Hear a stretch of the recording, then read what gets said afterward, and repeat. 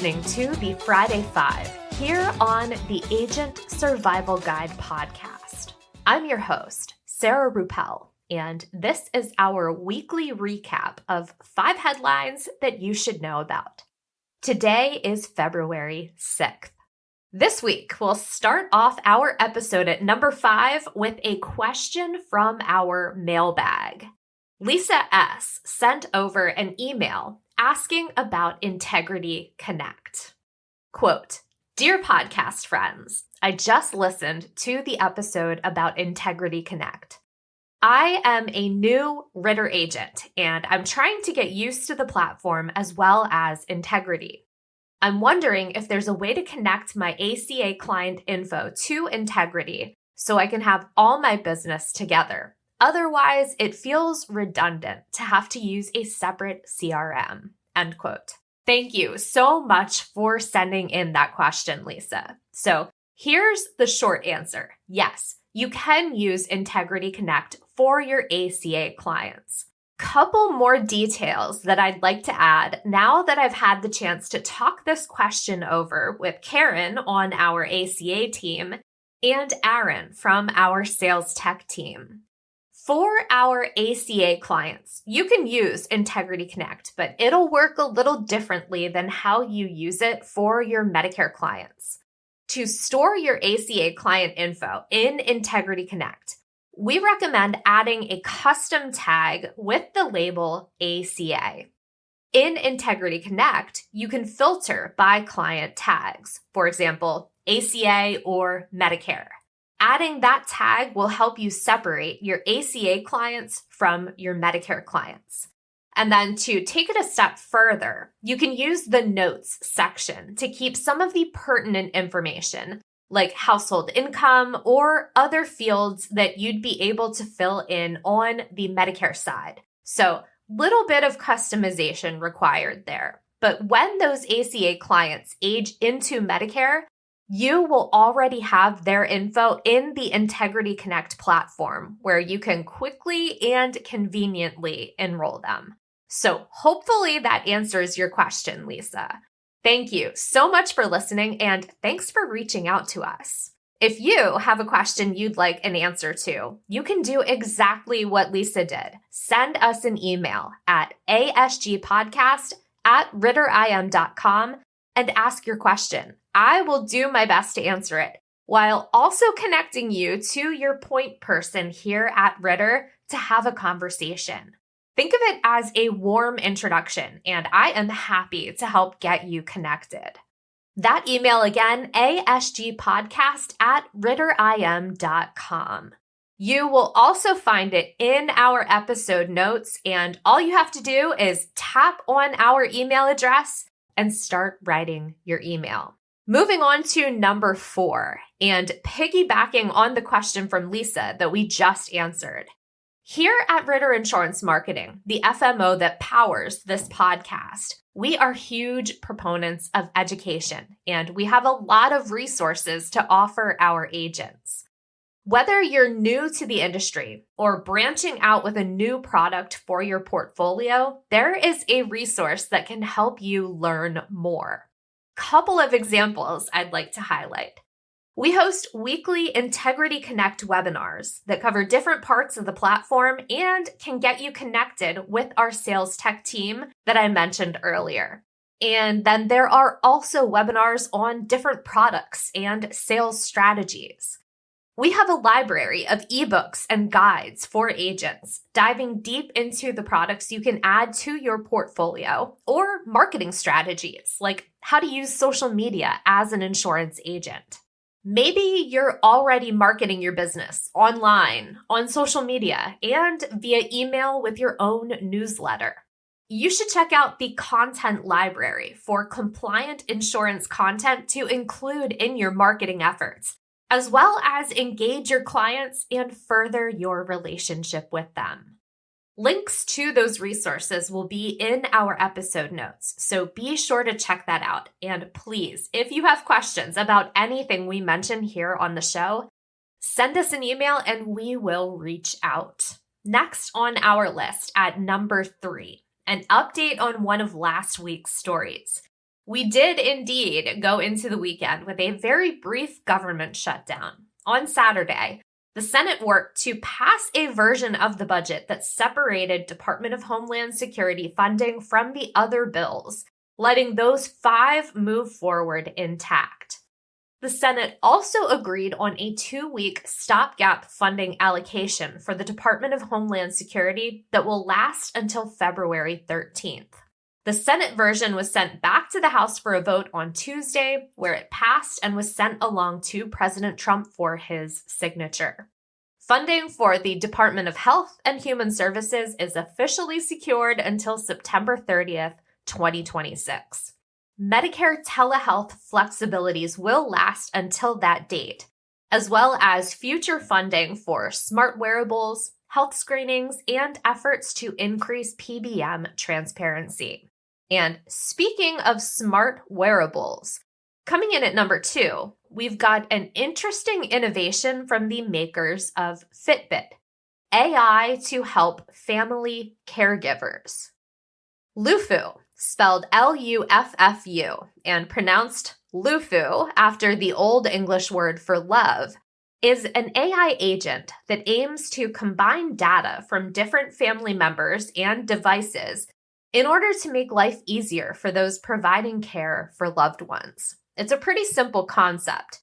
Take data from all the things that your family is connected to and feed them into one place with an AI agent that can establish and recognize patterns and then alert users when there are deviations from those patterns and norms. According to the Luffu website, you can add data by voice, text, photos, or by connecting devices, apps, and medical portals. Answer a few questions, and if you want, share information with family members as you see fit. Users can track parents, spouses, kids, even whether or not the family pet has been fed. The official press release explains it this way, quote, Luffu is an intelligent family care system and around-the-clock guardian designed to proactively watch over your family's well-being to give you a little more peace of mind. Because health isn't personal, it's shared. Luffu aims to simplify family care for the caregivers, carrying the mental load across kids, parents, partners, and pets, end quote. So far, Luffu is still in the beta stages, and there is a waitlist to join. We will have the info to learn more in our episode notes. For our number 1 story this week, let's talk about the most recent Marketplace Open Enrollment Period report, the 3rd national snapshot for the 2026 OEP that was released on January 28th. CMS typically releases 3 national snapshots for each enrollment season. The first usually comes out at the end of November, followed by 2 snapshots in January. For OEP 2026, release dates have been delayed a bit from the norm, likely because of the government shutdown in fall of 2025. And full disclosure, while it does contain quite a bit of enrollment data, the 3rd Marketplace Open Enrollment Period snapshot is a close but not quite final look at ACA plan selections. According to CMS reports, there have been 22,973,219 plan selections so far during the 2026 open enrollment period. And that number is down from the 2025 record-breaking enrollment period that saw 24,166,491 plan selections. So that's a difference of just about 1.2 million plan selections overall. Digging into the numbers a little bit deeper, 2026 plan selections include 19,591,030 returning consumers selecting a plan. That's also down from last year's numbers. We had 20,227,584 returning consumers for open enrollment 2025. Looking at new consumers, for coverage year 2026, 3,382,189 new consumers signed up for marketplace plans. That's also down from 2025 numbers, when 3,938,907 new plan selections were made. In this CMS snapshot, just 9 states and the District of Columbia reported an increase in enrollment for 2026 compared to 2025. The remaining 41 states reported a decrease in enrollment. Texas saw the biggest increase in ACA enrollment during the open enrollment period, with over 200,000 more enrollments for coverage year 2026 than in 2025. On the other end of the spectrum, Georgia saw the biggest decline in enrollments, with over 210,000 less enrollments for the 2026 open enrollment period compared to 2025. And we always have to take a look at Pennsylvania, the state where our podcast and Ritter Insurance Marketing headquarters are located. For our state exchange, Penny, we saw a drop of almost 15,000 plan selections for the 2026 open enrollment period compared to 2025. Now, we already mentioned that Georgia saw the biggest decrease in plan enrollments.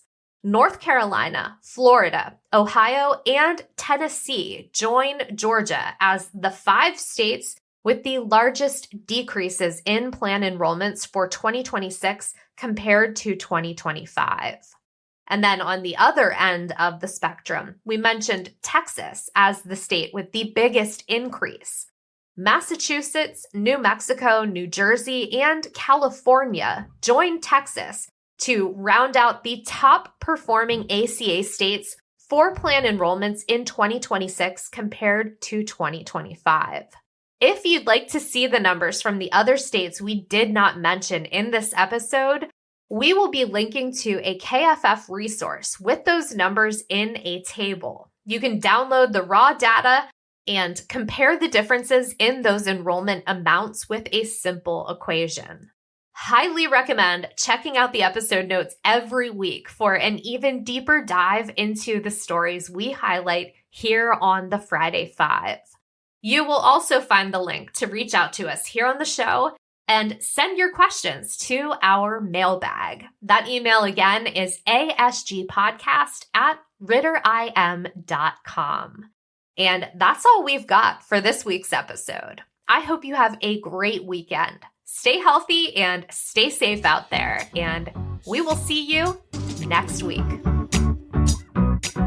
The Agent Survival Guide podcast is a production of Ritter Insurance Marketing, an Integrity company. This episode of our show was written and produced by me, Sarah Ruppel. Script proofing by Emily Ryan. Podcast design by Urban Rivera. Follow along with our show wherever you like to listen.